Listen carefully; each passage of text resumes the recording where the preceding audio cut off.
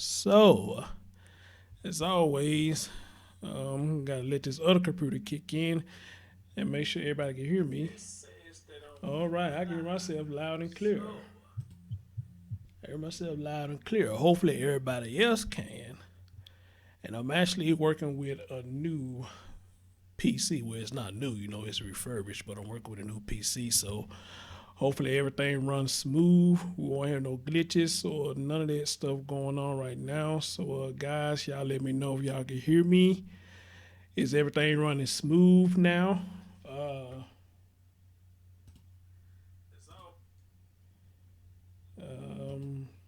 Oops, didn't try to do that.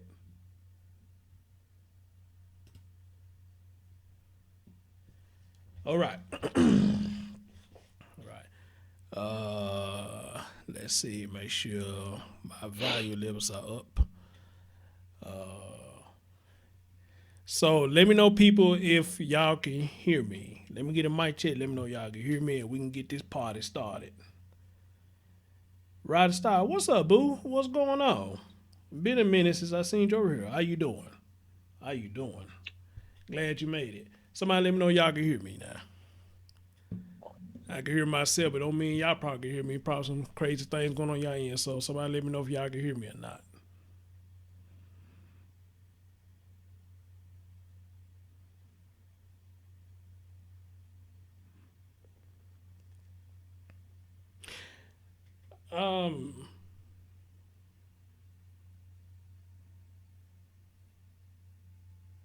All right, my man King got to say we good. All right, so we figure ready to have a show. Ladies and gentlemen, hey Betty, what's going on? Ladies and gentlemen, welcome to the Chris Thorne Show. Let's get it.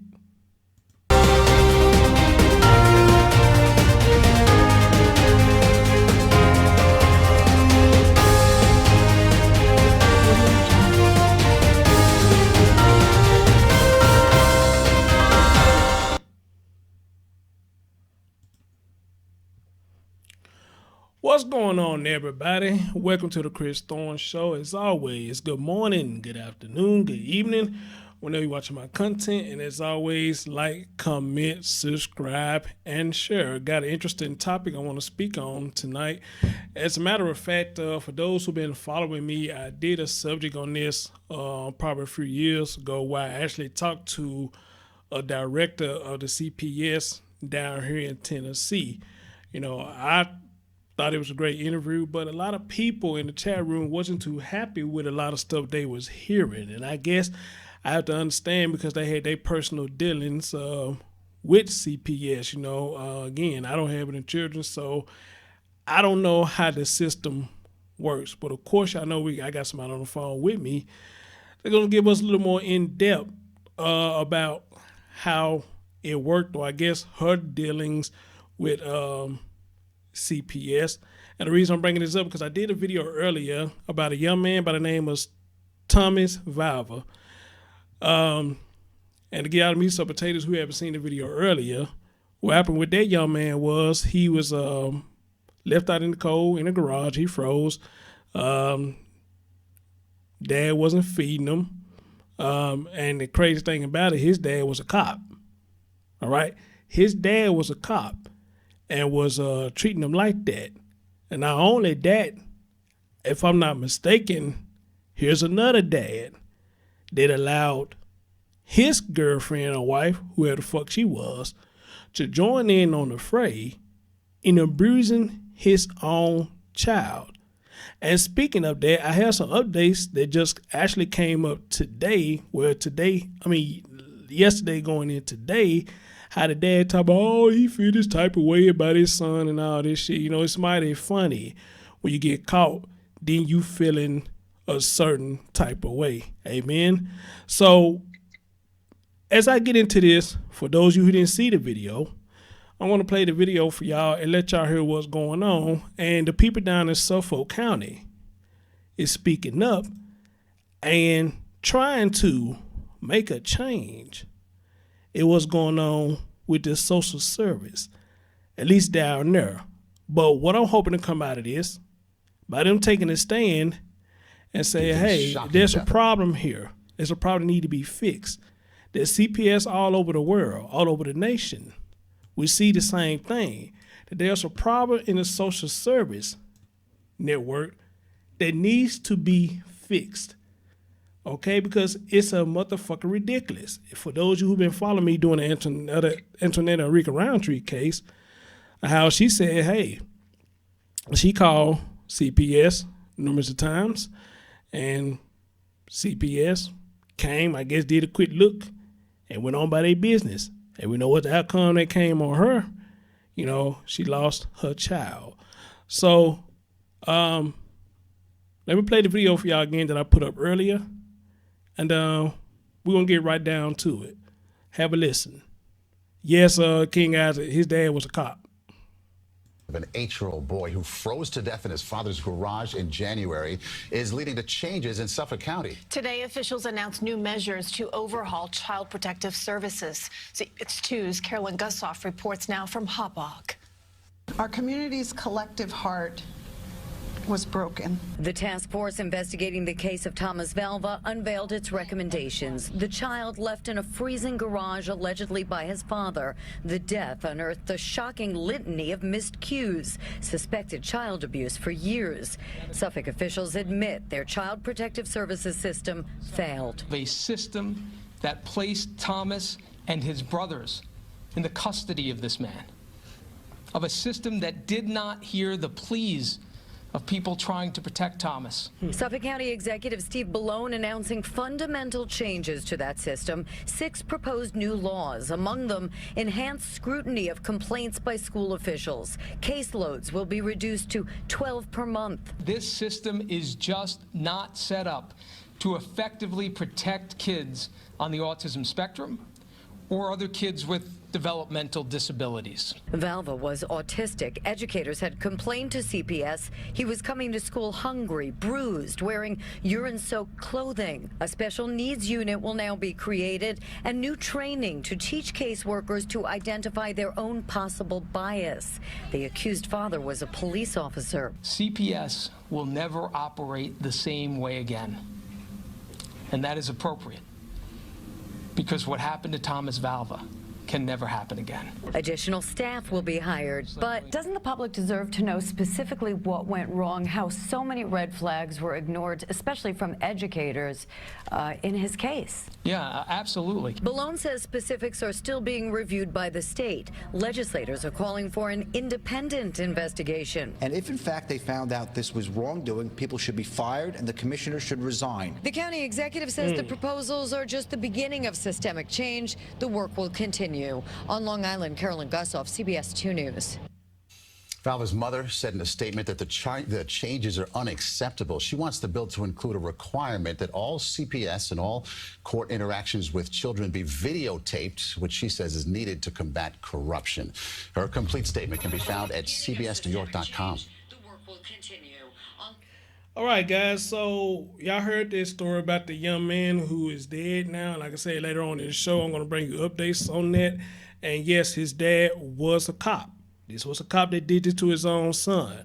Now, y'all heard what the people down there in Suffolk County say, you know. I don't know necessarily what they're trying to do, if that's a good thing or a bad thing. But I'm going to have Spencer help me out. And if she heard everything,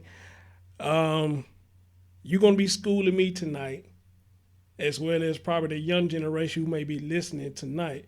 So you heard what they said. The plan that they talking about trying to put in place, is that a good plan or is that a bad plan? Help me out. It's a good one if they can actually implement it, because they mentioned what the biggest problem is. Them people are overloaded with cases. Plus the bar, like I told you when we talked the other day, the bar for what CPS considers abuse is so low, to where as long as they make contact with the family, do that little checklist, and as long as the abuse isn't just right there in their faces, they close the case and move on because they're already over. Okay. So I asked you yesterday, tell me a little bit about how CPS works when they do a house visit. And, I was shocked about what you was telling me, that they can see the littlest things, they can comply with what they look for, and they would turn around and walk away. So tell them what you told me. And if anybody in the chat room that has dealt with CPS, you could tell me, if she's correct and you're dealing with CPS or whatnot. So you was telling me one thing about, about the eating or whatnot. Man, tell me about that again, because when you told me that, I was like, wow, that's crazy. Okay. CPS standards state that as long as a child has food for that day, clothing, shelter, and hot running water, it is not abuse. Your children can be sleeping on the and they have to go to school if they're school. Your kids can be sleeping on the floor. You can have no groceries in the house, but as long as the kids say that they ate that day, and there's at least one other meal in that house, they don't consider it. Um, so you say they could be sleeping on the floor. Yes, and as long as there's no holes in the walls or the windows, still inside the cave, they do not care. It's not abuse. So Um, because what I'm trying to picture is, I know a lot of us sometimes when we first move into a place, of course a lot of us will sleep on the floor because we ain't got all the furniture in there yet, or we in the process of buying new furniture. But if you've been in there for a minute and the kids are still lying on the floor, they don't look at that as a problem. no, Oh wow, wow. Go ahead.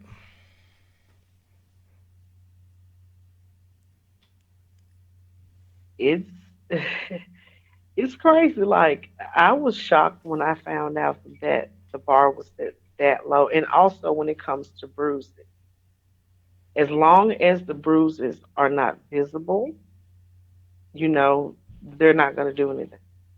As for bruises that may be under a kid's clothing, they have to go through so much bullshit just to be authorized to look at a kid naked, to where most of the time they don't even consider it worth it.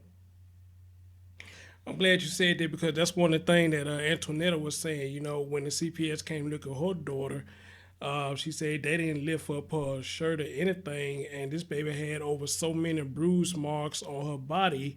How could they possibly miss that? So you just said they got to go through so many procedures, I guess, to look at the body. So what would they have to do to look at the body? Do they got to get certain? Okay, if the parent agrees to it, and I don't know why any parent that's abused the child would agree to this, the next step would be they would have to go to court, let the judge know they suspect this child of being abused, bruises, in inappropriate places. The judge is then going to appoint another guardian for the children.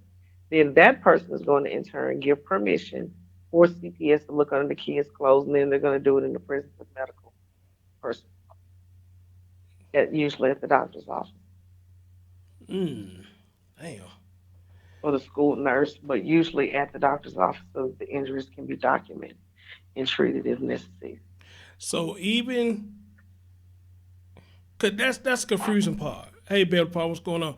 And something's weird going on, because the YouTube is saying it's one thing, but the software I'm using saying another thing. The software is saying ain't nobody watching, but the YouTube saying we got 8 people in the chat room. So it's kind of weird. I don't know how this working, but we're gonna keep on going. So even if the school reports and say we are seeing bruises on this child, is that not an automatic give me and say, okay, then we need to check the whole body out? No, because that's the whole thing. Usually, from the time in schools and medical professionals, daycares, folks like that are mandated reporters, as they call them. Usually, from the time that they actually receive a report, it's 3 to 5 days until they actually get somebody out there to see the kid, unless someone is saying this kid's life is in imminent danger, like get over there right now. They are right now doing XYZ to the kids. Even in that case, they're still going to say, well, contact law enforcement, and then law enforcement is going to contact CPS to come and get the kids. Well, school reports, it's going to take nearly the entire rest. If the school reported it on Monday, a caseworker is not going to get them until Friday. They're probably not going to make contact with the family until Tuesday of next week. The bruises are gone. It becomes a point of did mommy, daddy, uncle, grandma, whoever hit you at that point. Uh, man, I want to get back to this food thing. That bothers me.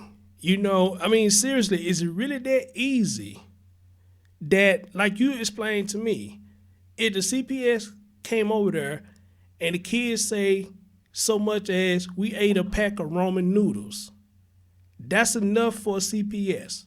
So what I Yep, mean, what are they doing? I mean, are they listening to the are they listening to the children saying long as the children say they okay? I mean, because you would think that if they got any allegations that the children is being starved and not being fed, instead of taking a child word, because you know children mind can be manipulated, instead of them taking their word, you would think they say, well, to cover myself, let me still take a look around the kitchen, the pantry, the rooms, the bathrooms.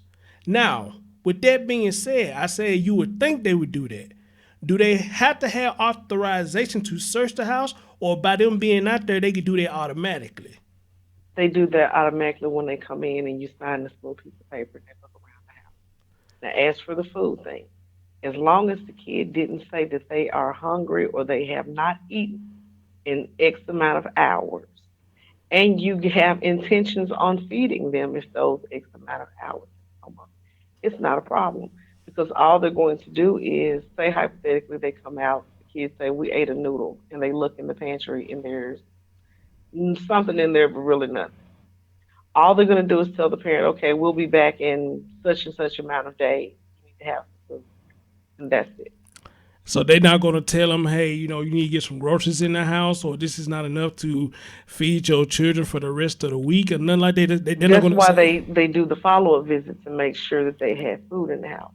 When it comes to case of like they don't just automatic unless you are broke a bone, somebody's bleeding, you just freshly molested somebody. The power, the water, the everything is off. There's no anything. They don't just take the kids like that. They actually give the parents a window of time to get their shit together, and then if it's not together, then they consider removing the children. But when I say get their shit together, they give them dozens of chances. They send them to classes. They do home visits. They do all sorts of interventions and shit. It's normally, say on average, and I heard this from a CPS worker. On average, CPS visits someone's house at least a dozen times, and they just couldn't get their shit together before the kids take them because they really have nowhere to put them even when they take them. You'll hear every CPS agency say this one thing. Our goal is the unification of the family or some shit like that. I said in the video that I did earlier, I said, you know, it could be one of the situations a lot of time when you got somebody that knows somebody that knows somebody that knows somebody that probably know what's actually going on, but they come out there, you know, I guess spend the time allowed out there, but then, you know, say put in their notes, say nothing found. How much of a possibility that goes on? I don't know.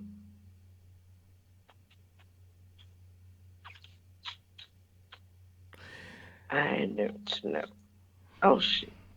Oh man, this is sad to hear. Then So also I'm gonna tell you another thing about CPS. And this is how I ended up with so much knowledge of them. After so many CPS visits and they don't find anything wrong or they don't discover anything, at some point they consider it like the little boy who cried wolf situation. Because that's how I ended up with this limited knowledge of how CPS works. I had somebody who was spitefully calling CPS on me with erroneous complaints, and they were coming to my house like randomly, like every other couple of weeks, they were at my house until it got down to a point where they would receive a complaint. They would know the complaint was bullshit. And then they would just stop coming, just call me and say, hey, we received a complaint. If you have a chance, stop by the office, pick up a resource packet, sign the sheet so they'll know we made contact because we know it's bullshit at this point. It may have been in certain situations where CPS actually did go to that home. And because they couldn't find the abuse, but the calls kept coming in, they believed that they were erroneous complaints. So they weren't just really investigating like they're supposed to.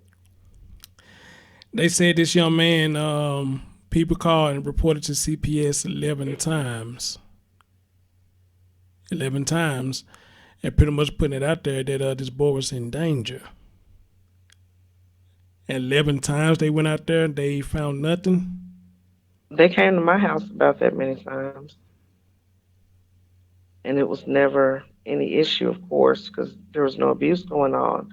But I'm just going to readily assume that after 3 or 4 times of finding nothing, they just stopped taking it seriously. And just and the fact that he was a law enforcement officer helped out a whole lot because it's like, okay, he's a cop. Somebody's mad because they got arrested or the people got arrested or whatever the fuck, and they're just calling CPS on this man for nothing. Betty said in the chat room, she said it falls different in every state. She said because it got her in trouble for baloney. Damn. She got in trouble for baloney. But they didn't take your children though. They probably told you to get some real food, and they came back a couple of days later and had the real food. They closed the case. So I'm gonna tell you pretty much. I could understand how it went with this dude in this story. go They ahead. went out there 2 or 3 times, in the beginning. Nothing seemed to miss. And then after that, when they kept receiving the phone calls, they chalked it up to it's job related. Somebody's being petty to him. They just did the standard, hey, somebody called us. Here's the packet that we're required to give you, saying that we made contact. And that's it. Let me ask you something. So, how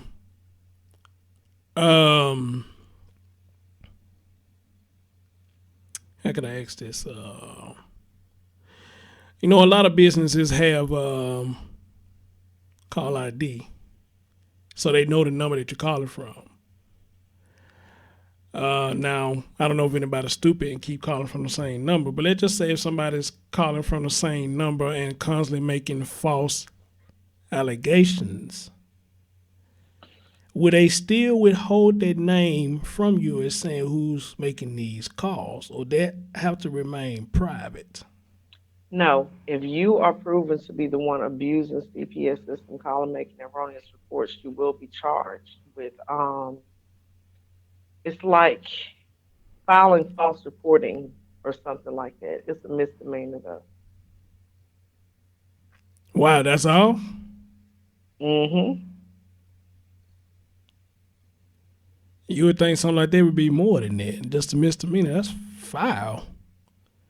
Because you playing with people's livelihoods. And not only that, you playing with children's livelihoods. So you would think something like that would be something big and major.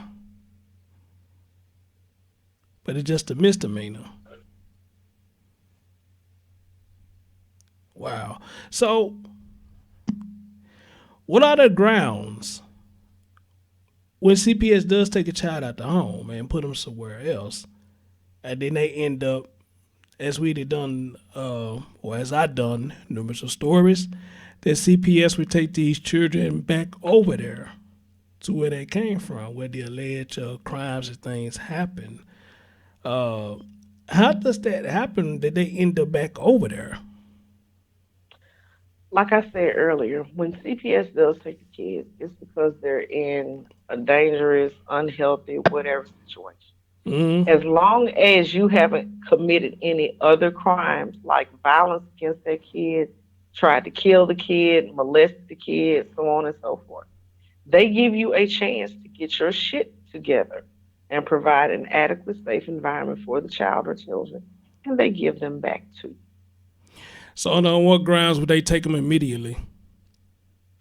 Um, like I said, lack of supervision, or you don't have enough food for them, or they don't have adequate shelter or sanitation facilities.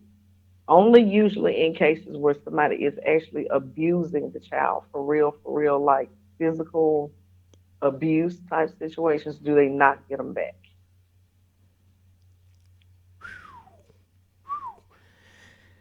And as you said earlier, a lot of cases with these, they go back with the child, say all the child got to do is say, hey, everything is A-okay, and that's pretty much get them grounds a lot of times just to walk on off.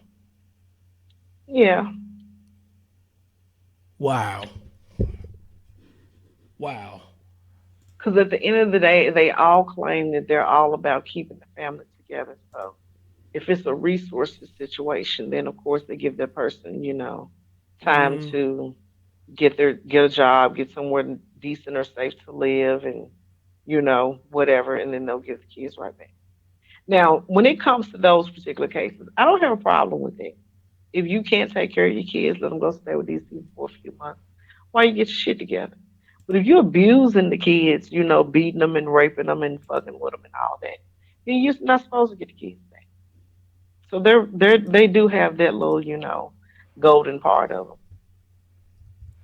I also feel, however, that nobody in your family should get the kids neither because they bred you, but they don't never take it that far. Mm. Mm.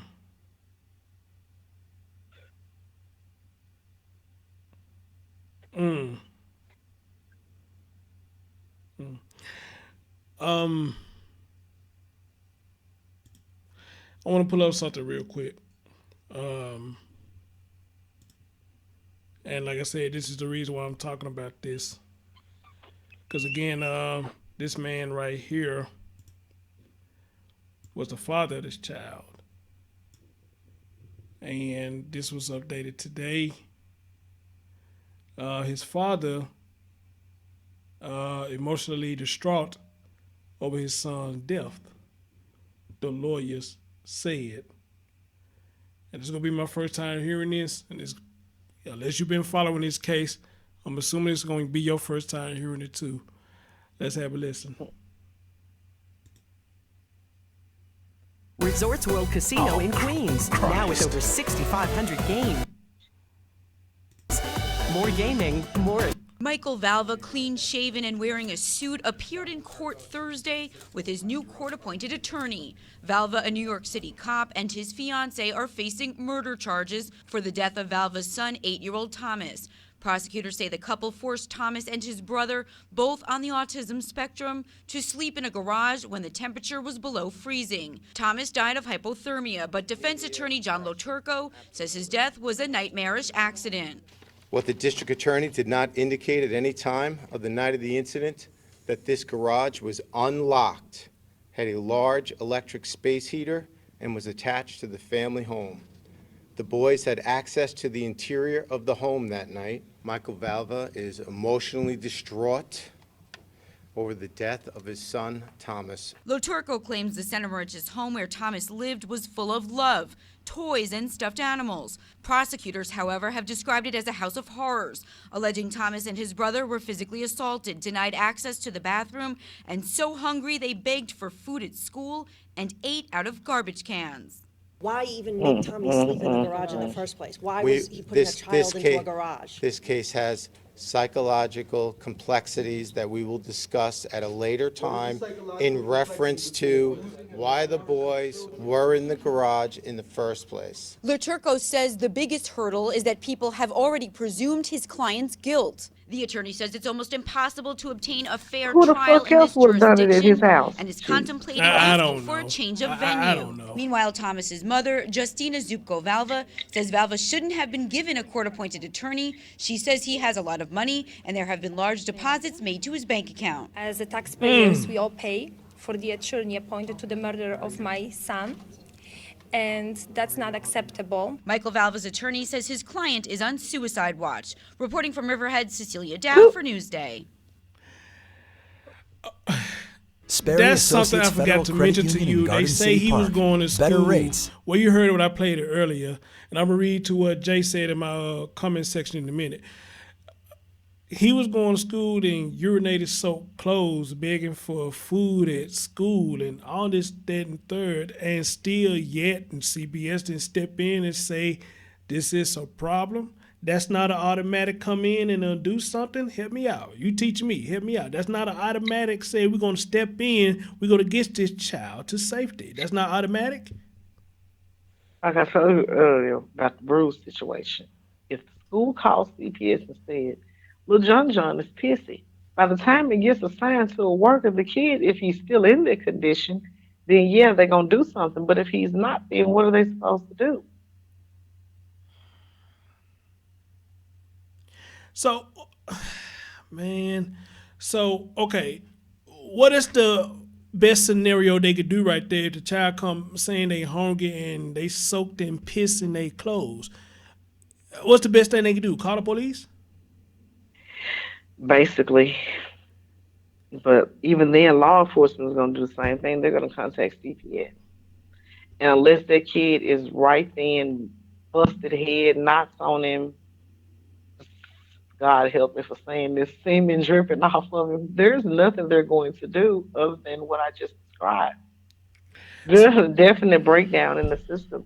Like I see somebody in the comments was saying that their mom was able to hide their brother in them Yeah, I was gonna CPS read by that. That's my constantly, man Jay's Kenner. I was gonna read that. yeah, by constantly moving. It's that easy because just consider this. There's 40 hours in a work week. Right. It takes longer than an hour to do the average home visit, not including travel time from people's house. How many clients do you think these people can see in a day? And then they may have 60 clients on their caseload. So So they may come and they may get an investigation on Monday, but realistically, because they got other active things going on, and sometimes they have to go to court and all that shit, they may not get in contact with the family for like a month, 6 weeks. So what you telling me is, okay, let's say I'm running a daycare and I'm running a school. This child been coming to my daycare or school for the longest. And this particular day he comes in or she comes in, she's pissy, she's cold, she's not dressed appropriately, she's begging for food and all this. So even on that day, if I take pictures of this child and got pictures in my phone, if that's legal, because I don't know how it works with Child Protective Service by taking pictures of What's other going to children. happen is you're going to call a 1-800 number. You're going to tell them, hey, I'm the owner of Chris's Daycare, and I got this kid here, and they're pissy and hungry and ill properly dressed. They're going to say, okay, the child's parents' names, address, any information that you might have. They'll even let you email them those pictures. Okay, that person is going to take the information. The information is going to be assigned to the county that it happened in. That's 2, 3 days later. 2, 3 days later, once it gets to the county, they're going to have to assign it to a unit. That's 2, 3 more days later. Now we've gone on a week from the day the kid came to school. Then that person is going to have to assign it to a caseworker. That's 3, 4 days later. Okay, now we're going into 10 days from the time the kid came to school pissy and hungry and dirty, whatever. Now the caseworker has to make contact with you and this family. That's another day. Now we're going into 2 weeks since this kid has come to school pissy, dirty, and hungry. Now, at this point, the mama can give the CPS worker the runaround for another few days. Fine and well. Eventually, whatever's going on will be resolved, and as long as they don't catch them doing it right then and there, then nothing will be done. They're going to do a home visit. They're going to come in. They're going to go by the standard that I described earlier, and that's it. So despite and Cole Pepper said teachers can't take pictures from where she from. I thought in some schools you probably can't take pictures, but I'm just saying, speaking hypothetically. So even though they got pictures of that day, what that child looked like, once they get the procedure done and they finally get the paper, say, okay, you need to go out here and see what's going on. As long as they go to that house and there's running water, soap, a little bit of food, there ain't no holes and shit in the windows and the roof, ain't nothing gonna be done. So it's gonna be like it's gonna be like the day they even exist. Yep. Cold Pepsi. They can. The only exclusion is to document abuse. Wow. That's the only exclusion to their rule is the kids cannot be photographed unless it is to document abuse or injuries. Like kid scrapes their knee on the playground or this little situation that he's describing.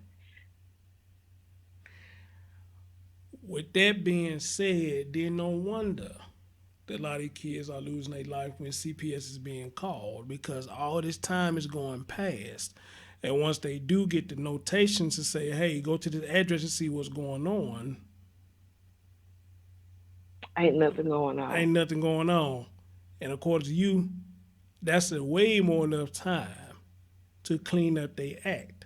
So it sounds like with you saying that was the same thing that was going with Antoinetta when she was called a CPS. I guess when they was going after her or wherever they was at, that dude, her dad, and that woman had plenty of time to clean And up then their not act. only that, you got to think about this. With them being overloaded with cases, if they they rate those things in order of severity. So unless the kid is like really, really being dogged, like some heinous accusations, little regular stuff like a pissy kid, now they get pushed to the back burner because it's not as imminent as Sally's kid is hungry and pissy versus they're over here beating, burning, and molesting these kids. They prioritize, the cases. And sometimes the most horrible ones slip through the cracks. That's a damn shame. That's a damn shame. So that's what they mean down there in Suffolk then, lighten the load so they can get more cases, I guess, even out to more people and hire more people. Mm-hmm. And then also with that I did not like about CPS. And I know people that work there. You don't have to have a degree in social work to work for CPS. You really don't have to have a degree in anything to work for CPS. You don't have to have any psychology training. All you basically need is, in some places, a high school diploma, and in some places, college degree in something. And it doesn't necessarily have to be social work. Wow.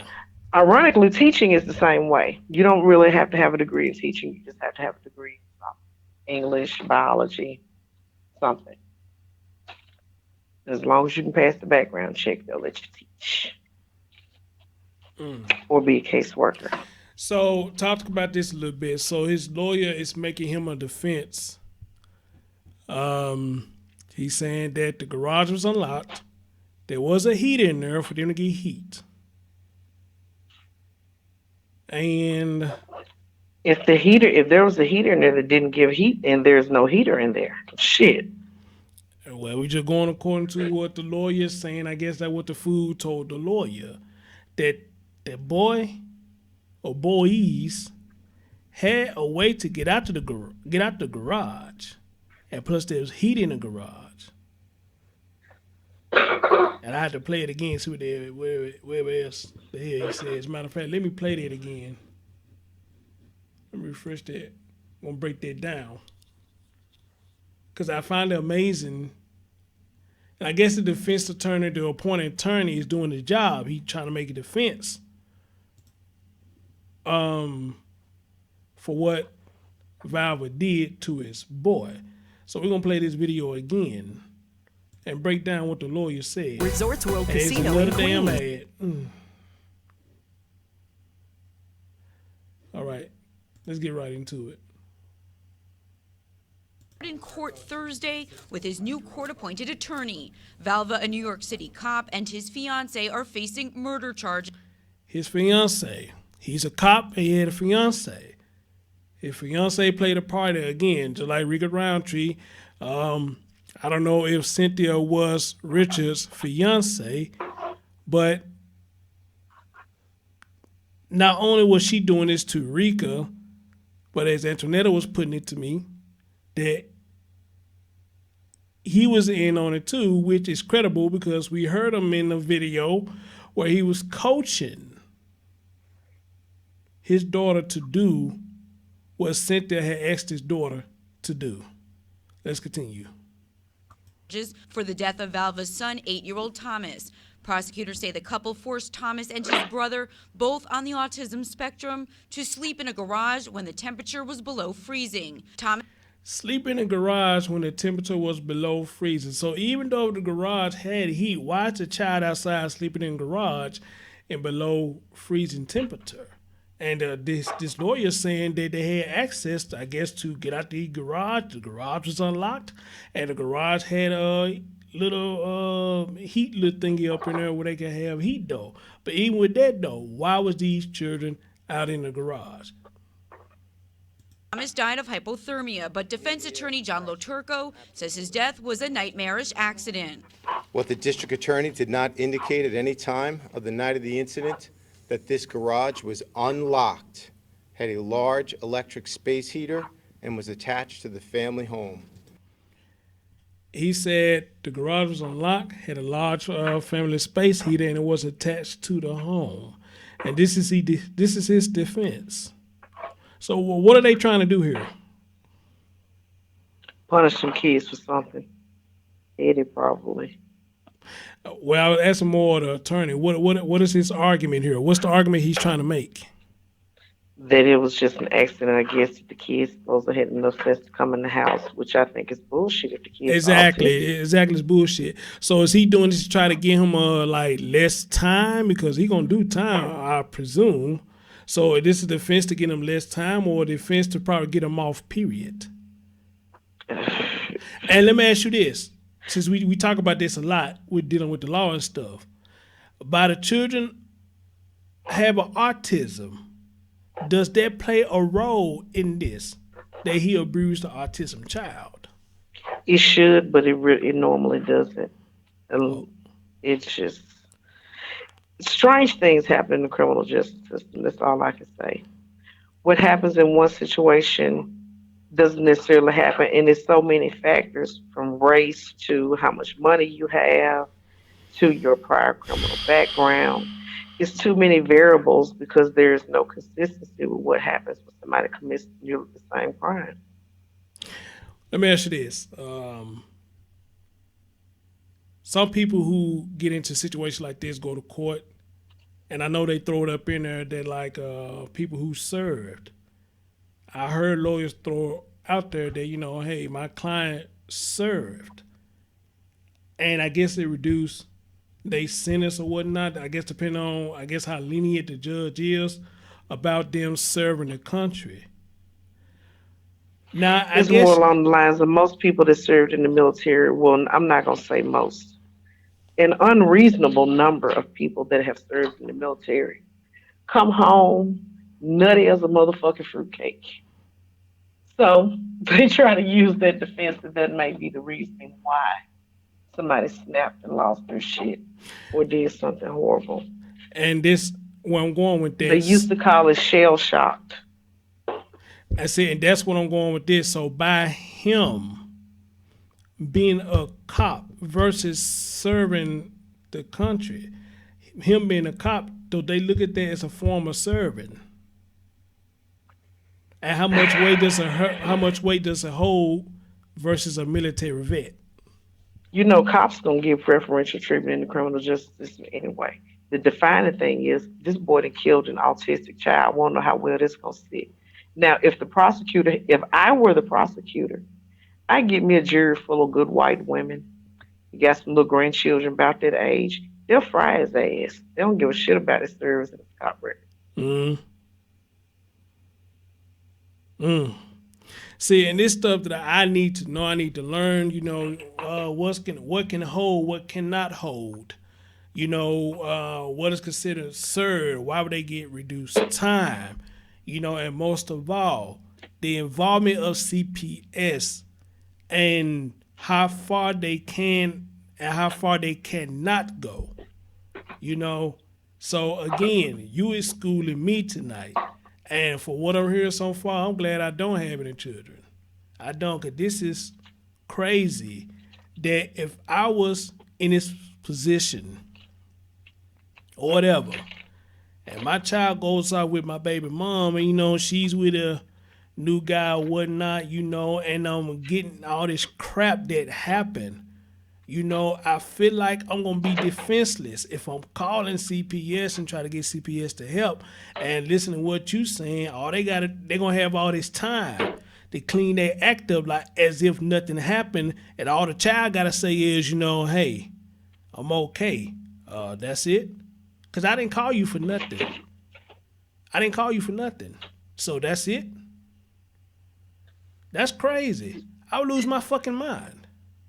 You gotta accuse somebody of doing some real shifty shit in order for CPS to go running out to the house.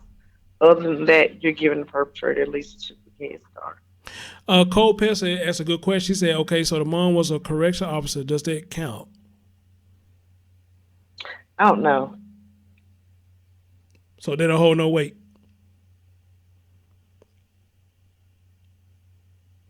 I mean, like I said, anybody that works in law enforcement really gets sort of preferential treatment. It really chalks up to what crime they committed. Now it's left up to the district attorney to find him a sympathetic group of people. Since he's a cop, I play on the black-white thing. Find me a jury full of middle-aged black women, middle-aged white women that have grandchildren this child's age. They'll take care of the business for everybody. Now, what's going to happen once he gets to the actual prison is a different story. What up, Bossy? What up, strange Don? things can happen between sentencing and parole with all them good time credits and bullshit that they pull up. What up, Bossy? What up, Don? What up, Cole Pepsi? Y'all in the chat room. I think I see my man Junk Pal up in there earlier. What's going on, Junk Pal? And everybody who I probably missed in there. So let's continue to what they saying right here. The boys had access to the interior of the home that night. Michael Valvo is emotionally distraught over. Now, I want to listen to what he just said. The boys had access to the interior in the house, which, again, leads to question. If they had access to the house, that doesn't make any sense. If they had access to the house, then why was they in the garage in the first place? If they had access to the house. This because the dad and the stepmammy sent them out there because they did something that the folks didn't like. I just told you that.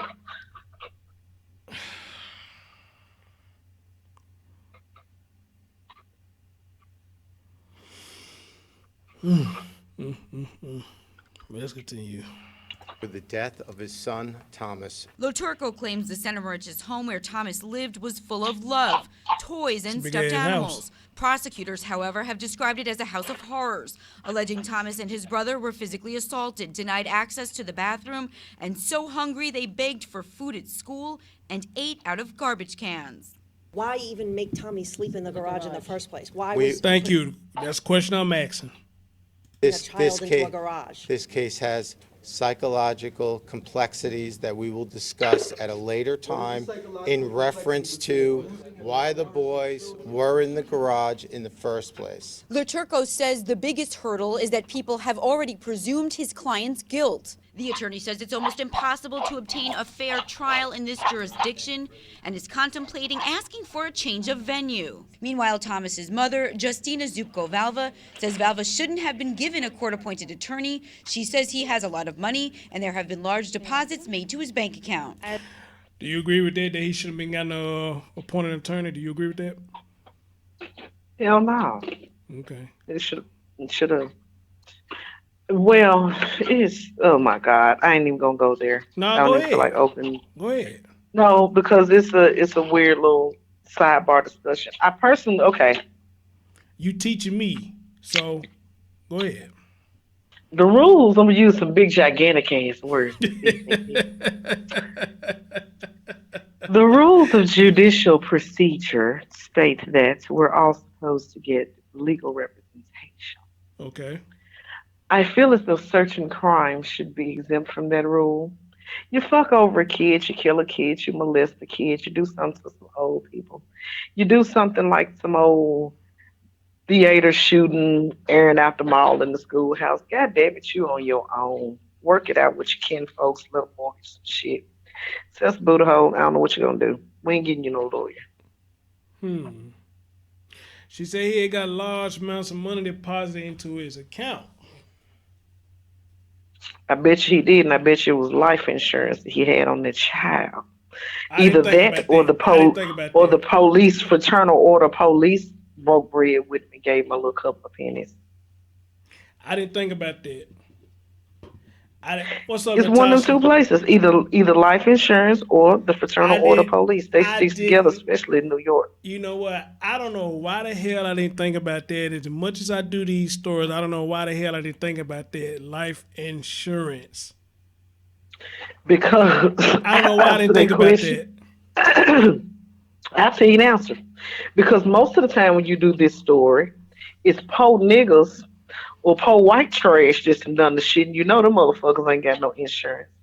This was by God an affluent New York City police officer. He had insurance through his job.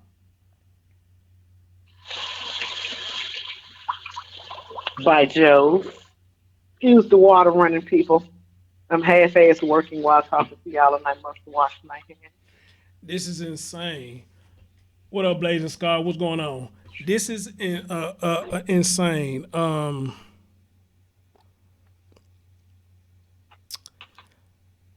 So, what his lawyer said, it's going to be damn near impossible for him to get a fair trial.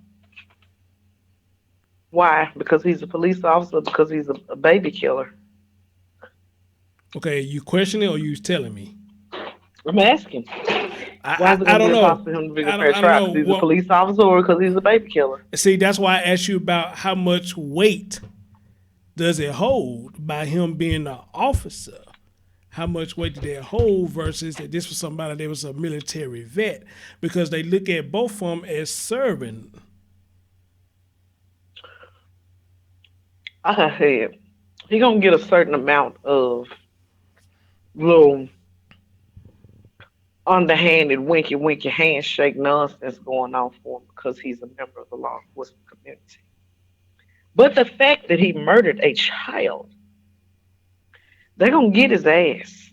Oh yeah. And you need to keep this case, keep your eye on it for the court trial because I want to see if me and the prosecutor is barking up the right tree on how to get his ass convicted. I try my best. I know who will send that ass up to prison for the rest of their life with no parole or the death penalty if they have that in New York. Well, I'm kind of late on this story. This story happened back in January. I think that's when it first initiated the story that it happened, whatnot. So I'm late, but I'm not that late because they still bringing stuff out now. Because what I just played now, this just came out earlier today. You know, but anyway, for the people that's coming in, thank y'all so much for coming in. I know the notification's not going out like it's supposed to. But anyway, while you here, hit that thumbs up for your boy. Black Boy, what's going on, my guy? What's going on, brother? Long time. And let's continue. As the taxpayers, we all pay for the attorney appointed to the murder of my son. And that's not acceptable. Michael Valvo's attorney says his client is on suicide watch. Reporting from Riverhead, Cecilia Dowd for Newsday. His client is on suicide watch. Now, when you first heard that, you like Newsday is your destination. I chuckle too a little bit. Why we always His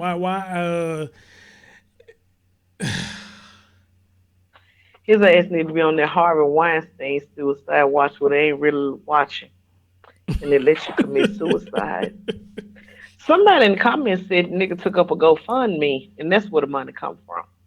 I don't think so, whoever that was, because GoFundMe won't give you the money until X amount of days after the bullshit is over with.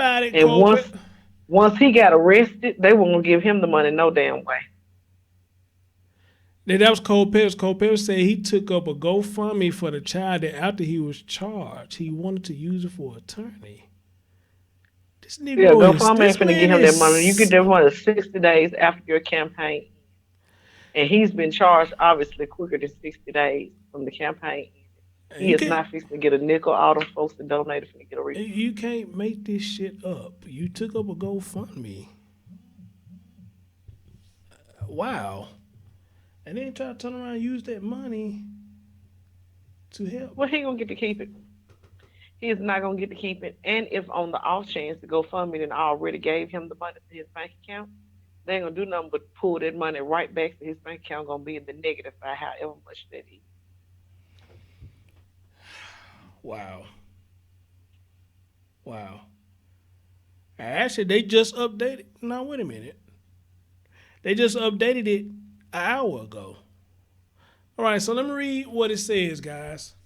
It says Thomas Valvo's death from hypothermia after allegedly being forced to sleep in an unheated garage was a tragic accident. And the boy's NYPD officer father, they made sure they put that up in there. The NYPD officer father charged with killing him is emotionally distraught, according to his new court-appointed attorney, John Loturco. I guess that's how you say it, Loturco. A Garden City-based attorney was appointed Thursday to serve as a defense lawyer for Michael Valvo, who is 40 years old. Senator Mauritius, Moriches, after he was deemed unable to pay for his own attorney. Michael Valvo is emotionally distraught over the death of his son, Thomas Valvo. However, we contend that Thomas' death was a nightmarish accidental death and clearly not a murder. Oh, Jesus Christ. Okay. Loturco said in a written statement he read to reporters after he and his client appeared briefly before State Supreme Court Justice William Condon, I guess I'm saying that right, Condon, in Riverhead, Michael Valvo is now being portrayed as a monster, when in actuality he's a caring father of three boys and his fiance's 3 daughters. So there was 3 boys in the house and there was 3 girls in the house. Interesting. Valvo, who had a haircut since his arrest and wore a dog suit and purple collared shirt that his lawyer had brought to him from his home, did not address the court Thursday. Loturco, who was heckled loudly as he defended his client in the 4th floor courthouse hallway, said that the garage where Thomas slept the night before he died was connected to the family home. It was unlocked and contained a large electric space heater that was turned on at the time. The boy had access to the interior of the home that night, he said, declining to explain why Thomas and his older brother, Anthony, 10, both on the autism spectrum, so both of them was autistic, were sleeping in the garage and whether the space heater was working at the time. He said the space heater would be examined. This case has psychological complexities that we will discuss at a later time in reference to why the boys were in the garage in the first place, said Loturco, who added that his client will undergo a forensic examination.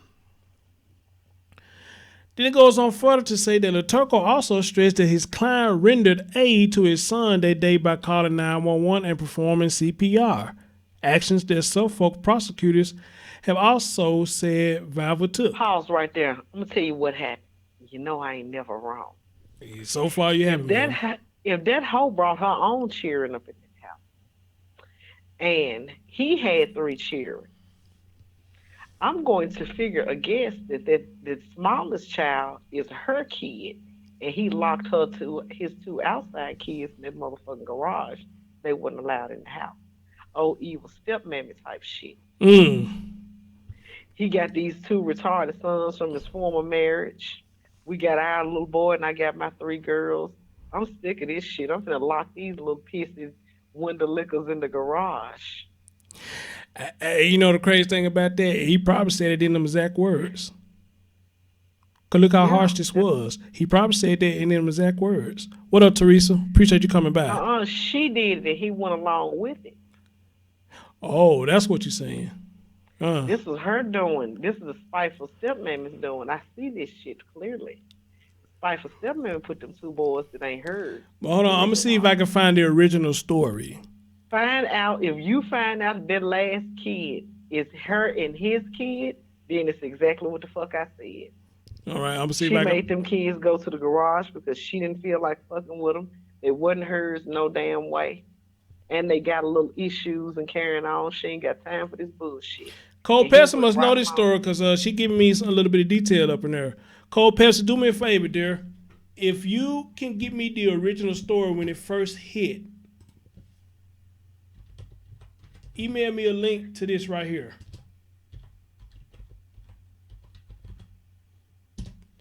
So do me a favor, Cole Pepsi, because it seems like you've been following this story. If you got a link when this story first hit. Just ask her point blank period. Cole Pepsi, is the youngest child hers and his? Yeah, I don't think she know. Do she? I don't know, because somebody just said somebody's kid waiting at the bus stop. What kid was at the bus stop? Teresa Ware said that sounds about right what you're saying. So, now you see why we have you on this shit. You teaching me. But see, y'all women, so the stuff y'all got to go through with dealing with stuff like this, and I'm pretty much sure probably a couple of women that's in there probably dealt with these folks before, and the shit that they got to go through, or the shit they going through with people making false allegations. You understand? So Cole Pepsi, hey, Chanel, how you doing, baby? So Cole Pepsi, do me a favor. If you can get me a link to when this story first hit, please send it to me. And maybe they can give us some clues that what Spencer is saying is right, which I don't doubt she's right, because hell, she ain't been wrong all this damn time, which I'm amazed, I've been trying to poke holes in her shit, but I can't do it. But I can't do it. This motherfucker be on point. Especially with that story about Silver. You was on point from top to bottom on that motherfucker. That motherfucker crazy. But anyway, Cole Pepsi said the 3 boys are by the same mom. That's crazy. So what made him the little bitty one different than the other two? Cole Pepsi, am I right? As I read this story, was 2 of the boys autistic? And they get it like a 30-second or 40-second delay, so I had to wait till she said. She said she went to CBS New York. Okay. I guess that's what she's telling me where she found the story at. So I go look on there. Thank you, dear. But let me continue with this real quick. They said, but Suffolk prosecutors have said Thomas was forced to sleep in the garage on the bare concrete floor without a pillow or a blanket by Valvo and Valvo's fiance Angela. Oh shit, you called it again. God damn. What? You called it again. Did you hear? Nope. Suffolk prosecutors have said Thomas was forced to sleep in the garage on the bare concrete floor without a pillow or blanket by Valvo and Valvo's fiance, Angela Polina. If I tell your ass, you know this shit. Smoke cigarettes. You supposed to ask me what kind do he like? What kind of cigarettes? Newports or Pall Malls? You said that. Jesus Christ. You know this shit. Hold up, nigga. You done put some kids in the goddamn garage. Who? You. No, I put their manners in there though.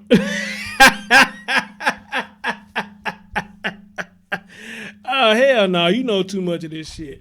So the reason why I knew that the stepmother had some complicity in this shit is because sharing abuse is normally, and I hate to go here, sharing abuse is some womanly shit. Women the ones get all overly emotional and fuck the kids up like that, or be low down and petty to the kids and make them do outlandish ass punishments like sleeping in the garage, stand upside the wall with dictionaries on one foot, clucking like chicken shit.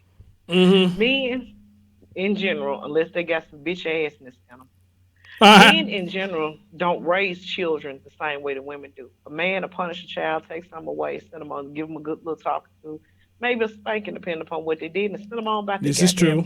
This is true. Women are the ones who, if you do something on Tuesday, she gonna whoop your ass on Tuesday. She gonna ground you on Wednesday. Friday, she gonna remember that shit again, make you do some more other bullshit, screw up some walls all over one instant, and then the instant you don't do none of it, beat the dog walking shit out of you. We've seen it too many times. You know Women what? are the ones who beating the shit out of kids, and we see yelling at them in public over kids, shit like peeing on themselves, cussing all of that. You don't never see a man doing nothing like that. You on point with that because my mom was kind of like that. If I do some, well, it kind of worked like this. Sometimes she'd give me right then and there, or sometimes she'd give me a talking. But here's the catch to that. Oh my God. Hold on, but here's the catch to that.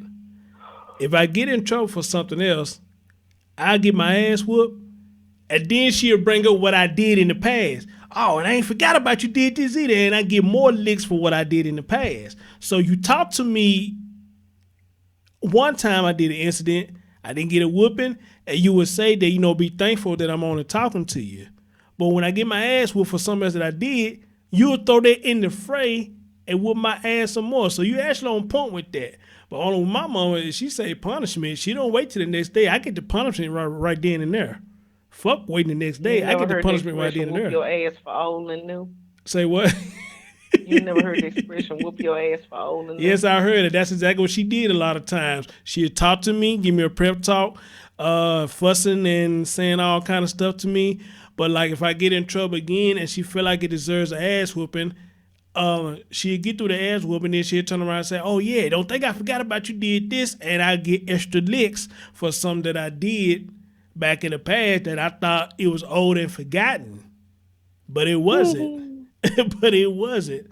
So, you know, you're absolutely right on that. I can't even debunk you on that. You're right on that. I'm telling you, this you right on that one. Was the one who came up with the bullshit, and his weak ass went along with it, and the shit went too far, and now they fucked up. And stepmama ass either need to be prepared to make the nigga take charge for, or they coming for her next. Because if I'm not mistaken, because he ought to have some sort of sense of self-preservation, considering the fact that he finna go to prison as a police officer. Nope, my fiance had something to do with it too. She the one who locked the boys out there first. I just went along with it. It was an accident. If I'm not mistaken, so her ass can ride with him. Because if I'm not mistaken, Cole Pepsi, help me out. If I'm not mistaken, isn't the fiance trying to put everything on him now? And like I said, they get a 30 or 40 second delay. Hit me out, Cole Pepsi. If I'm not mistaken, isn't the fiance trying to put everything on him now? She said the brother said the dad picked Thomas up by the neck, punched and slammed him to the floor, and continued to beat him. Jesus. Wow.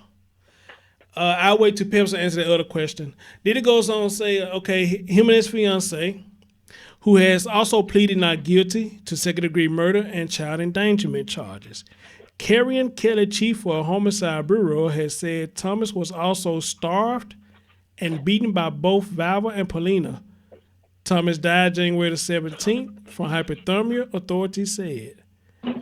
Asked about specific allegations made by prosecutors, such as Thomas' body temperature being only 76.1 degrees at the hospital on the morning of his death. And Thomas and Anthony digging for food in the trash and coming to school urine soaked. Luturco said he was still reviewing the case.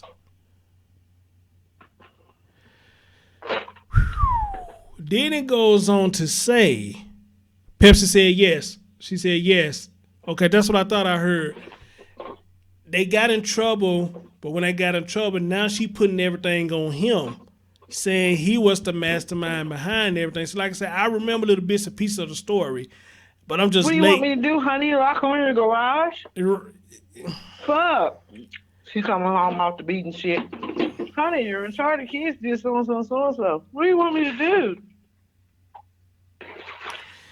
Man, Luturco, who said he is being assisted on the case by defense attorney Anthony LaPinta, added that he is contemplating seeking a change of venue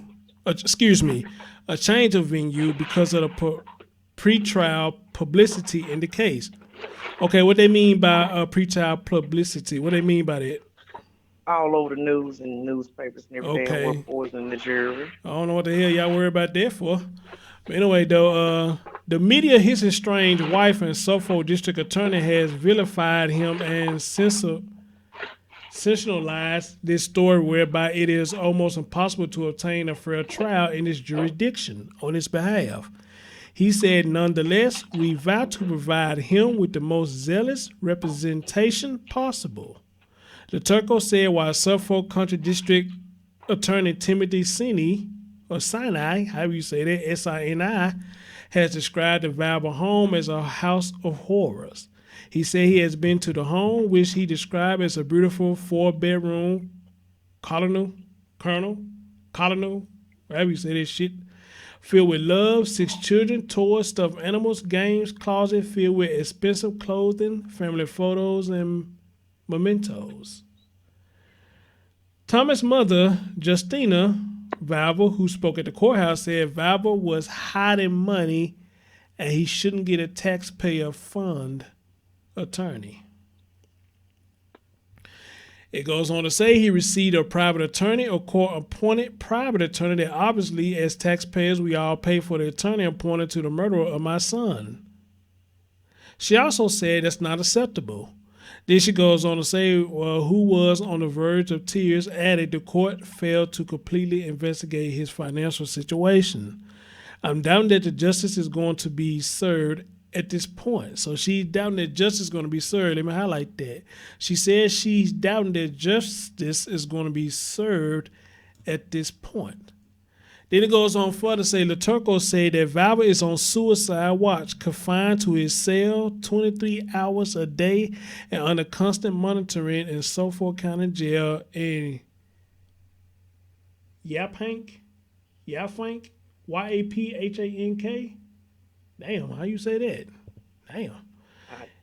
Yaphank. That's a crazy word. Where he has visited him twice so far. He said his client has not threatened suicide, but based on the Epstein affair, the jail is not taking any chances. Laturco was reportedly shouted down by bystanders as he spoke to reporters and was later accompanied to his car by court officers, says several other attorneys turned down the assignment of representing Valvo. Not surprising. Then it goes on to say they needed someone who would be able to handle the backlash because there's going to be backlash, he said. It was a little obvious today.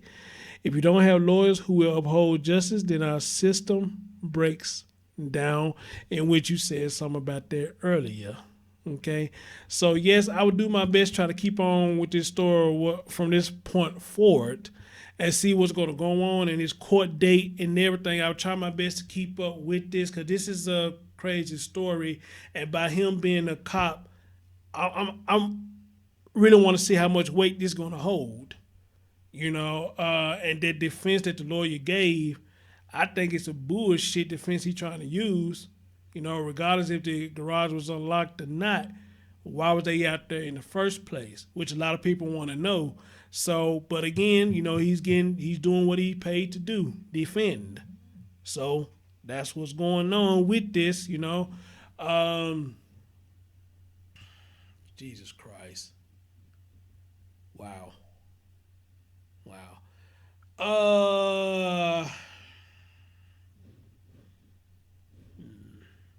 Let me see if I can find it when this story first hit.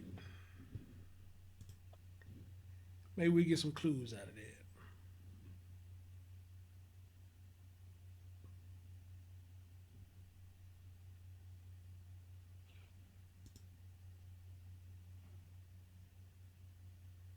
Oh, I found something even better.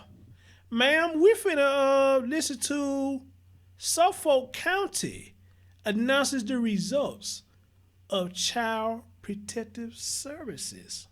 How about this? How about it? Suffolk County has the shocking death of an 8-year-old boy who froze. We're going to hear the results of Child Protective Services reviews. This was yesterday. His father's garage. Shut up. I'm gonna go damn ad. So this was posted yesterday at 11:57. This is interesting because I'm talking to you about CPS. You schooling me about CPS, and we're gonna see everything that you said. Is it gonna play a part in this? And again, you ain't been wrong all this time. But maybe a possibility you may got something wrong. I'm not saying that I'm rooting for it, but let's see what they want to say. Is leading to changes in Suffolk County. Today, officials announced new measures to overhaul Child Protective Services. See, it's 2's Carolyn Gussoff reports now from Hauppauge. Our community's collective heart was broken. The task force investigating the case of Thomas Valvo unveiled its recommendations. The child left in a freezing garage allegedly by his father. The death unearthed a shocking litany of missed cues, suspected child abuse for years. Suffolk officials admit their child protective services system failed. A system that placed Thomas and his brothers in the custody of this man. Of a system that did not hear the pleas of people trying to protect Thomas. Suffolk County Executive Steve Bellone announcing fundamental changes to that system. 6 proposed new laws, among them enhanced scrutiny of complaints by school officials. Caseloads will be reduced to 12 per month. This system is just not set up to effectively protect kids on the autism spectrum or other kids with developmental disabilities. Valvo was autistic. Educators had complained to CPS he was coming to school hungry, bruised, wearing urine-soaked clothing. A special needs unit will now be created and new training to teach caseworkers to identify their own possible bias.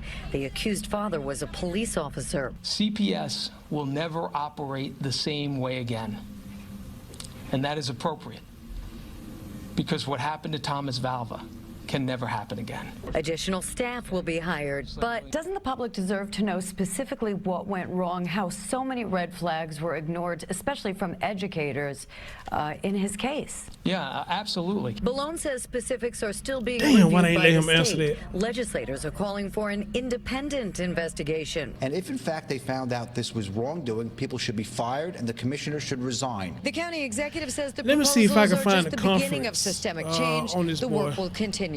On Long Island, Carolyn Gussoff, CBS 2 News. Valvo's mother said in a statement that the changes are unacceptable. She wants the bill to include a requirement that all CPS and all court interactions with children be videotaped, which she says is needed to combat corruption.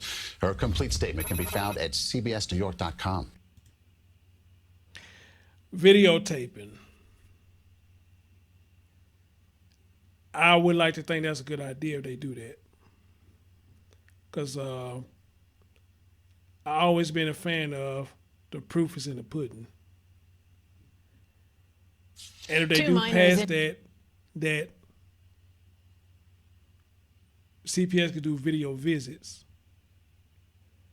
maybe it will cut down on a lot of this bullshit that's going on with these children.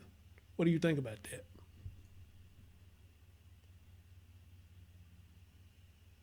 No, because you can coerce the kids to say some shit, like he did in that video that he made. You saw that? Well, he was telling them who you want to stay with and all that shit. You saw that? Let me see if I can. Hits me. Let me see if I can pull up the conference so we can hear everything what was said.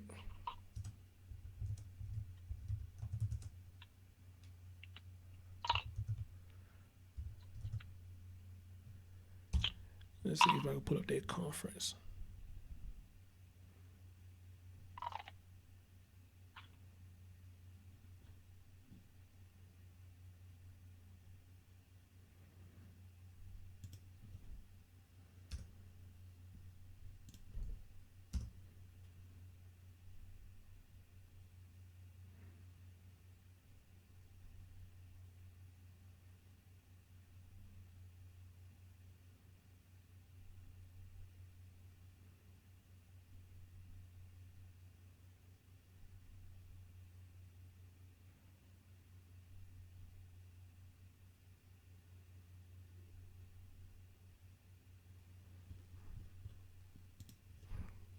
Let me try this. Hold on.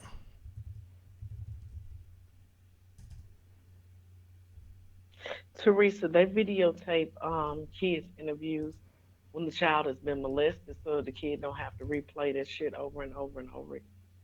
Other than that, that's the only thing I've ever heard them videotape a kid for. Or if a kid is a witness to a crime, so that they don't have to testify in open court, they'll videotape a kid's interview.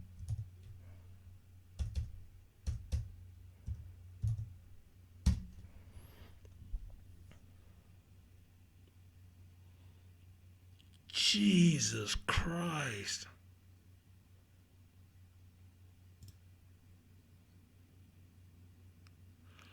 Oh, you got to be kidding me. Are you serious?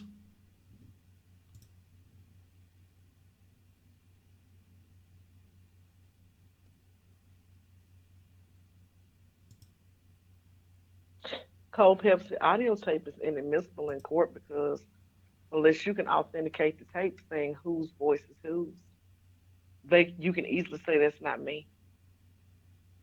And no one's going to go through the expense of authenticating the tape, so this automatically inadmissible. I see a Unless it's link. a case of wiretaps and shit like that in criminal cases. There's a link And here even that then you can challenge it. What? there's a link here that says case records at least 33 calls made to police from Valvo. But when I click on it,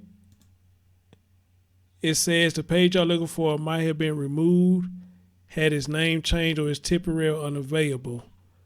So if this is what I'm looking for, if there was 33 calls made to the police, and when you look under it, it says Suffolk and Nassau police responding to 911 calls to either Thomas' parents and Suffolk counties that her sons were being abused by Valva, and the news conference on the day Valva and Paulina were arrested by Jesus. But when I click on it, it says it's nowhere to be found. Damn. Hold on, because I want to hear this conference. Cold Pairs or anybody, if y'all can find this conference, please help me out. Nassau police.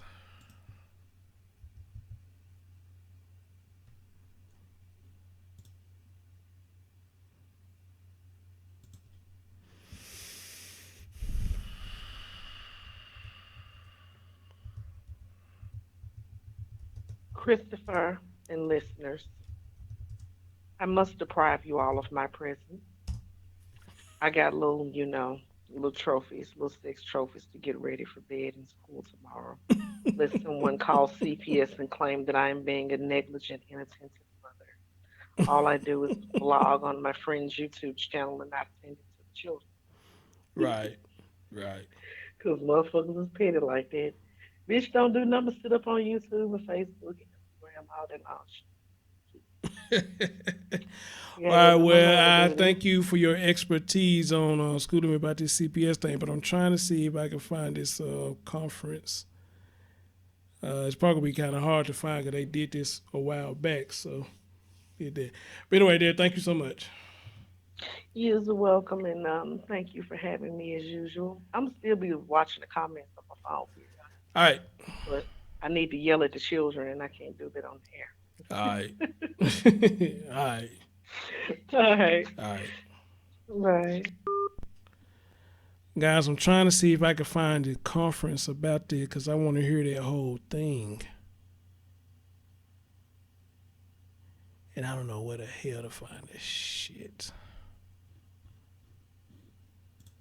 Oh, maybe it's on Facebook. Let me find Facebook.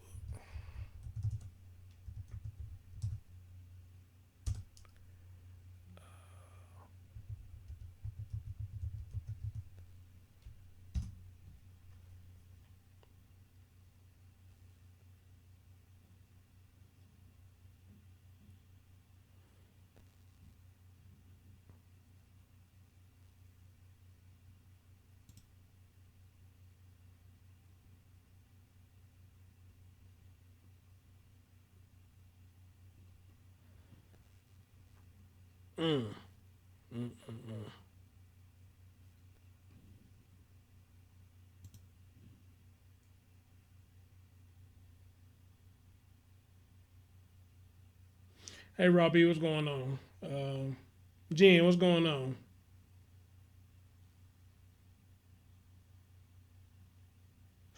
She said after this, go to Stephanie Hollow channel. Okay. Okay. I'll do that.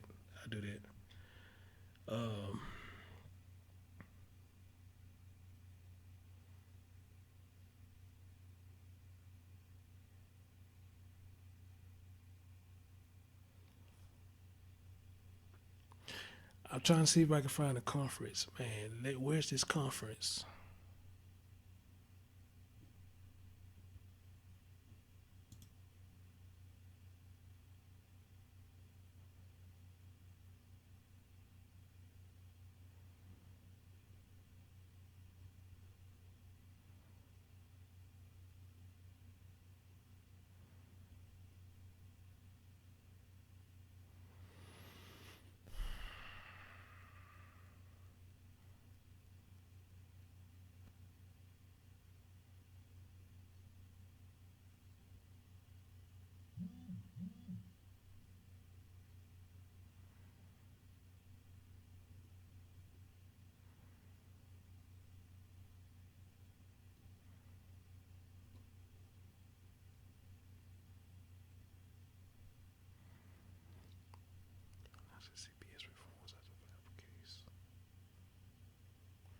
It just, wait a minute.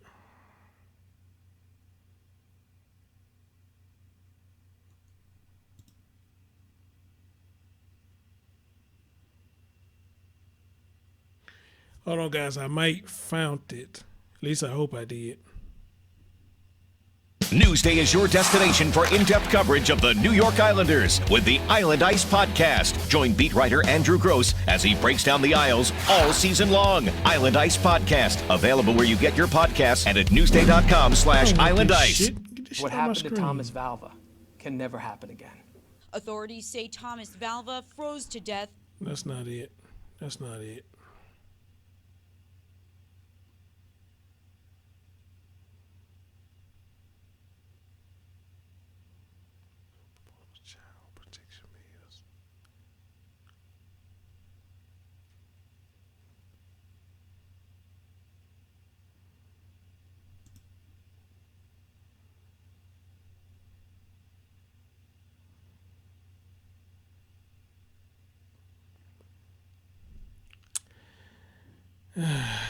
Guys, this one I probably can't find.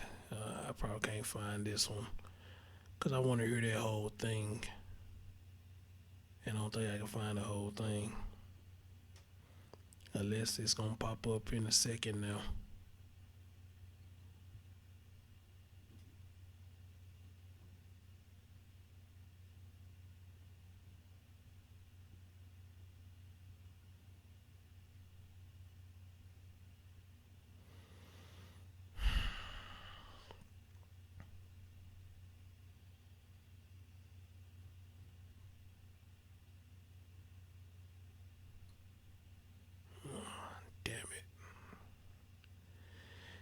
Whoa.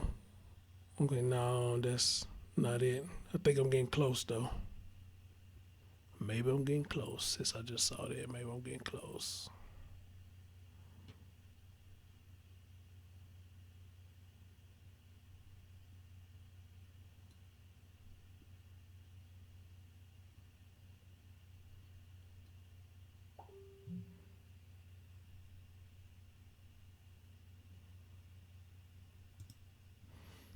Hold on, guys. Somebody just sent me something. New tonight, a heated hearing on Long Island as Child Protective Service workers came under fire. Officials now reviewing procedures after the death of 8-year-old Thomas Valvo. The boy's father is facing murder charges. CBS 2's Valerie Castro has more from Mineola. You're letting out criminals into our streets. Constant interruption throughout a meeting with Nassau County legislators who gathered to be proactive in finding out the needs of Child Protective Services rather than reactive, given what happened in neighboring Suffolk County in the case of Thomas Valvo. We're asking you to please follow the protocol of the meeting. The 8-year-old died under the care of his father, an NYPD officer who now... New tonight, a heated hearing on Long Island as Child Protective Service workers came under fire. Officials now reviewing procedures after the death of 8-year-old Thomas Valvo. The boy's father is facing murder charges. CBS 2's Valerie Castro has more from Mineola. You're letting out criminals into our streets. Constant interruption throughout a meeting with Nassau County legislators who gathered to be proactive in finding out the needs of Child Protective Services rather than reactive, given what happened in neighboring Suffolk County in the case of Thomas Valvo. We're asking you to please follow the protocol of the meeting. The 8-year-old died under the care of his father, an NYPD officer who now stands accused of murder and abuse. Valvo died last month after being left in a cold garage, allegedly as punishment at his father, Senator Morich's home. His mother mother, Justina Valvo, lives in Nassau County and attended the meeting, delivering her heart-wrenching testimony of trying to fight for her children in the face of what she calls corruption. She says Child Protective Services in Suffolk County dropped the ball in Thomas's case and has accused several family and divorce court judges of misconduct. All these connections, corruption, influence caused Tommy to die. Nassau County Child Protective Services presented its current staffing numbers during the meeting. State recommendations are that each caseworker have an average of 12 to 15 cases, but here in Nassau County, that number is sometimes much higher. Someone that has a caseload of 30 is a lot different than you know, that's almost double the amount of what somebody else might have. Our caseload, there's without a doubt some folks have larger caseloads than other. But many say an overload of cases is just the beginning of a systemic problem. Just because somebody is a judge or a prosecutor or holds this powerful position in the government, it doesn't mean that somebody is above the law, because we have to protect our children who cannot speak for themselves. In this case, Thomas Valvo still has a voice, even though he's no longer here. In Mineola, Nassau County, Valerie Castro, CBS 2 News. Cold Pest, I'm actually on their website now. Thank you for that. And look like they got a whole lot of stuff on here. We begin tonight with some new information Castro, and the CBS tragic death of a Long Island. Look like they got some stuff on here that I can use, or heading into retirement, you want to follow your passions. Died last month after police say he was forced to... This one's called... They obtained abuse complaint records, custody hearing transcripts as investigations into his death continues. Let's see what they say. To sleep in a cold garage overnight. His father, an NYPD officer, and his father's fiancée charged with his murder. But now questions remain about systematic failures that led to his tragic death. CBS 2's Jennifer McLogan investigates. Thomas Valvo froze to death in his father's garage. It was no secret the 8-year-old had been suffering. CBS 2 obtained abuse complaint records and custody hearing transcripts. Those judges seemed like they just didn't care. What about the caseworkers? The CPS caseworkers also, they extremely responsible for what happened to Tommy. 2014 to 2019, 21 911 calls to Nassau police from the couple's Valley Stream home, mostly visitation disputes. 2015, contentious divorce battle begins. Court transcripts 2017, judge admonishing the mother Justina, who is representing herself, desperately raising her hand. He has failed to pick up our children 29 times. Stop talking, says the judge. Attorney for the children, I believe it might be time for this court to make a change in custody. Mother attempts to provide flash drive of documented abuse. Children starving. Accusations of physical abuse. Daddy said to me that I can't listen to you and can't hug you. What? And I'm saying, I love you, Mommy, miss you, Mommy. Why? And then Daddy's gonna put me outside. Judge appears to wave away flash drive. Not at this time. Really? She's not complied with any order, says the judge, scolding Justina for failure to bring boys to court-appointed attorney and dragging her feet on doctor's evaluation. September 2017, judge awards temporary custody to the father. Order of protection issued against Justina without explanation or without being required an explanation. They did not have any evidence against me, so they would have claimed that I have mental illness, or I am drinking, or I have erratic behavior. Justina claims she was evaluated and cleared by her correction officer employer. And neuropsychologist Justina always puts needs of children at forefront. Still, the 3 sons moved in with NYPD father Michael Valvo and fiancée Angela Polina. 2018 to 2019, 20 calls from East Moriches teachers to child protection hotlines. Missing school, black eye, lacerations, hungry, visible dirt on body, urine-soaked clothing. Father blamed this on playground mishaps. The special ed teacher wrote, not allowed to eat breakfast because they did not use their manners. Black eye, lacerations, hungry, visible dirt on body, urine-soaked clothing.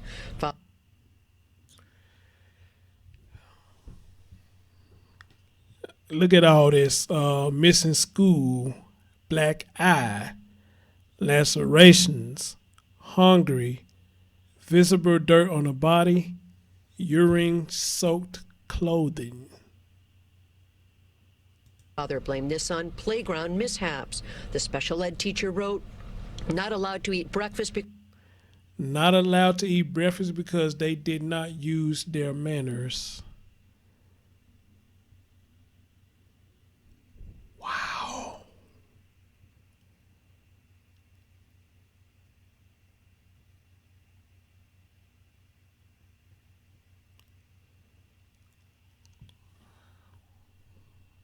Because they did not use their manners. 5 Suffolk CPS caseworkers investigated the series of reports in 2019 and concluded did not rise to level of immediate or impending danger of serious harm.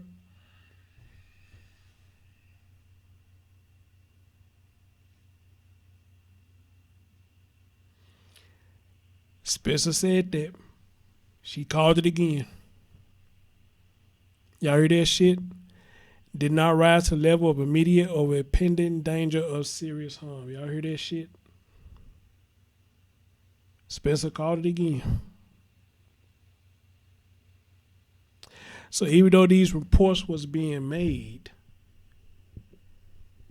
they had an excuse for everything and looked like they had time to clean up their act or whatnot. But I'm just confused. If even the schools are reporting this, ain't shit being done.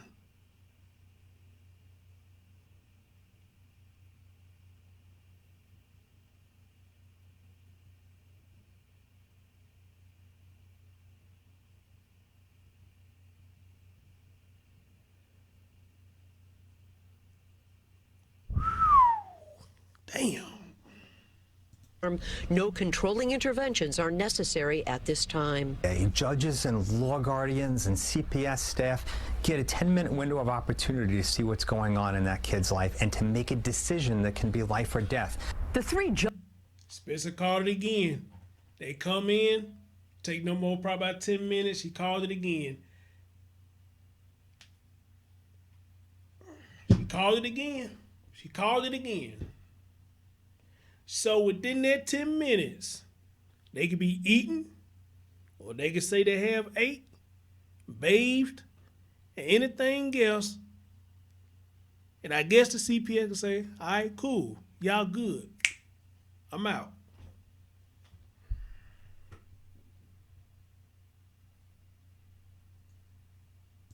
Judges from Nassau and Suffolk tell us since this is a pending criminal matter, it would be inappropriate to comment. One has recused himself from future proceedings. Social service agencies say there were court-ordered home supervisions and mandated positive parenting programs. On Long Island, Jennifer McLogan, CBS 2 News. And both Nassau and Suffolk County legislatures are going to be holding hearings in the coming days to determine what changes are necessary in the Department of Social Services to protect vulnerable children. And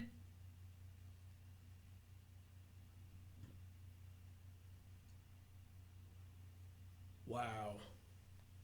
Wow.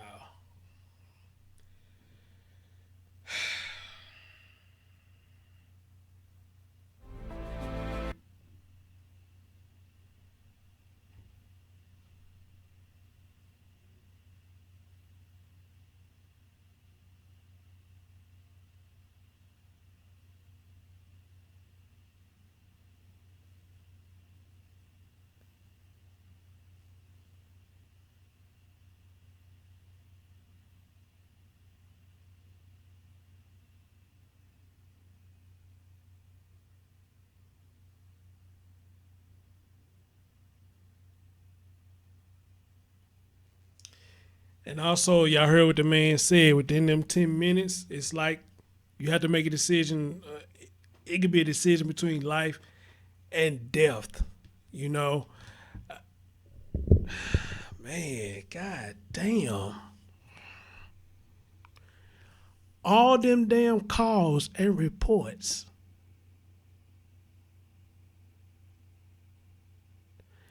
And the lady was cleared. When they put her under the examination and shit, she was cleared. And nobody still stepped in and helped.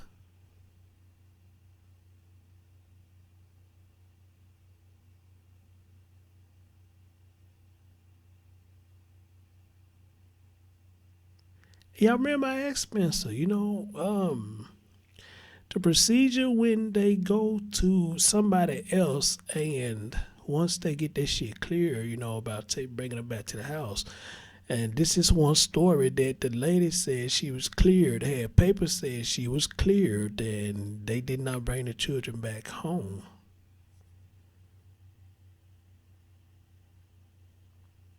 This is nuts.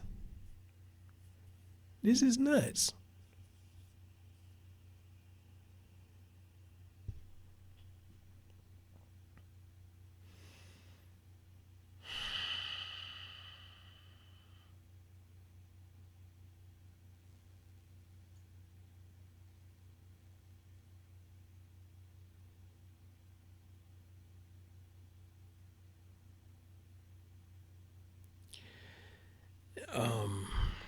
She said he failed to pick the child up 29 times. Then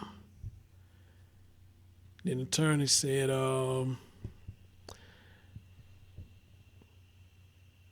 they believe might be time to make a custody change. She attempted to provide a flash drive with documented abuse, including children starving and accusations of physical abuse. And we heard a audio review that Thomas saying, Daddy said to me that I can't listen to you, I can't hug you, I can't say I love you, Mommy, and I miss you, Mommy. The boy says, Daddy going to put me outside. You got the boy saying that he going to put me outside if I do all this. And they still don't raise no red flags? Really? Man.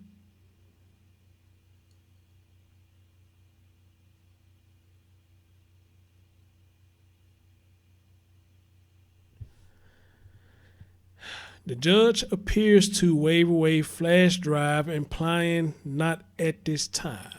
We dealing with a child and you said a flash drive, not at this time.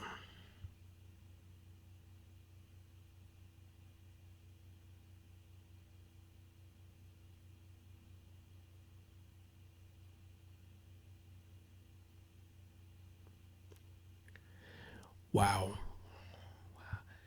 I don't know what else to say. I don't. McCall Pepsi, thank you for telling me to go there, because I went there and they got a whole list of this boy. I just typed in his name in CBS New York and all this shit just popped up. But I still didn't see the conference, though, the hearing. I didn't see that other than what Sylvia sent me to play y'all on YouTube.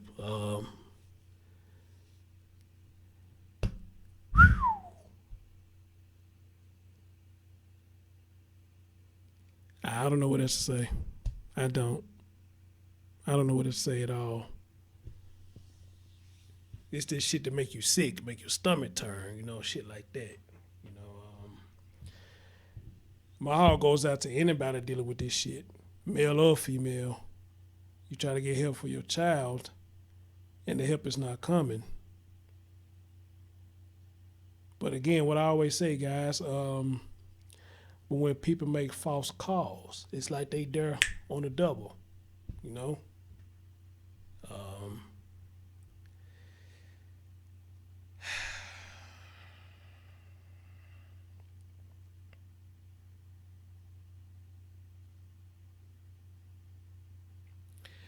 going to try to stick with this case. Like Spencer said, I need to stick with this case. I want to see what's going to happen, because there's going to be a lot of stuff that we need to put into play and see how much of a big part it's going to play in this. So Jen, you, Mandy, whoever, any updates that you get of this story, as soon as you get it, holler at me on that and let me know what's going on. Or whoever get it, who got some email, who follow me on Instagram, whatever, hit me up as soon as possible, as soon as you get any updates on this. Because I want to see where this is going to go. I'm interested in seeing where this is going to go.